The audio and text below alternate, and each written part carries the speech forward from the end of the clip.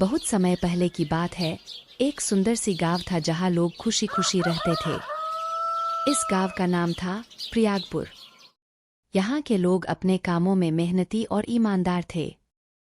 गांव का सबसे बड़ा राजा था राजा सुरेंद्र, जो कि बहुत ही उदार और न्यायप्रिय राजा थे। गांव के पास ही एक जंगल था जिसे सब लोग दूर दूर से बच्चों को डरा कर दिखाते थे। वहां कहते थे कि जंगल में राजा शीतकाल बसते हैं, जो कि सबको परेशान करते हैं। कहानी की शुरुआत इसी जंगल से होती है। एक दिन गांव का एक युवक नामक मनु ने सुना कि जंगल में एक राजा बसते हैं जो सबको परेशान करते हैं। मनु को इस बात पर विश्वास नहीं हुआ और उसने तय किया कि वह जंगल जाकर सच्चाई को जानेगा। मनु ने एक सुनसान रात में अपना बैग पैक किया और जंगल की ओर बढ़ा। जंगल में पहुंचकर उसने देखा कि सब कुछ शांत है और कोई राजा नहीं है। लेकिन वह नहीं था तैयार कि वह वापस जाए, क्योंकि उसने सुना था कि जंगल में राजा शीतकाल बसते हैं। रात अंधेरी थी और मनु को वहां एक पुराना मंदिर दिखाई दिया। वह मंदिर में गया और उसे वहां एक बड़ी पुरानी किताब मिली। किताब के पन्नों से एक अजीब सी ऊर्जा महसूस हो रही थी। जब मनु किताब खोलते हैं तो उन्हें पता चलता है कि यह एक जादुई किताब है। पुस्तक में लिखा था कि यदि कोई व्यक्ति इस पुस्तक को पढ़ता है और उसका मन पवित्र हो तो उसे इस पुस्तक से जादू की शक्ति मिलेगी।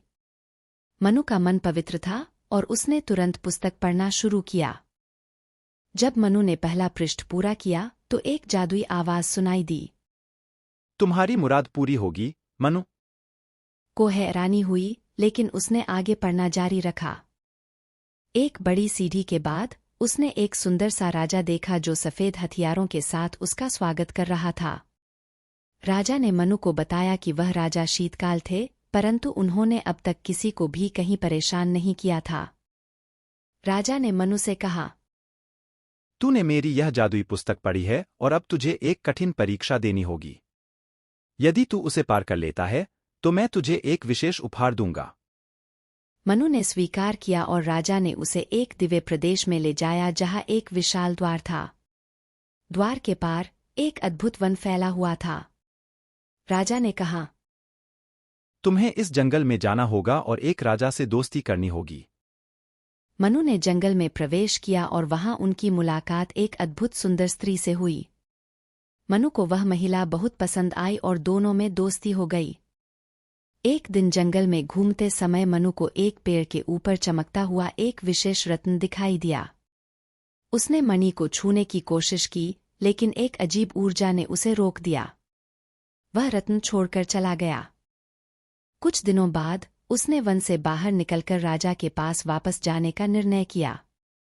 राजा ने उससे पूछा, क्या तूने वह रत्न छुआ? मनु ने कहा, नहीं, मैंने छूने की कोशिश की लेकिन एक अजीब ऊर्जा ने मुझे रोक दिया। मुझे लगता है कि हमें जंगल की रक्षा करनी चाहिए, क्योंकि यह एक अद्भुत और शक्तिशाली जगह है। राजा ने मनु की बातें सुनी और जो कुछ सुना उसमें सत्यता का एहसास हुआ। उन्होंने मनु को एक और परीक्षा देने का फैसला किया। मनु ने एक और कठिन परीक्षा उत्तीर्ण की और राजा ने उन्हें जंगल में जाने की अनुमति दे दी।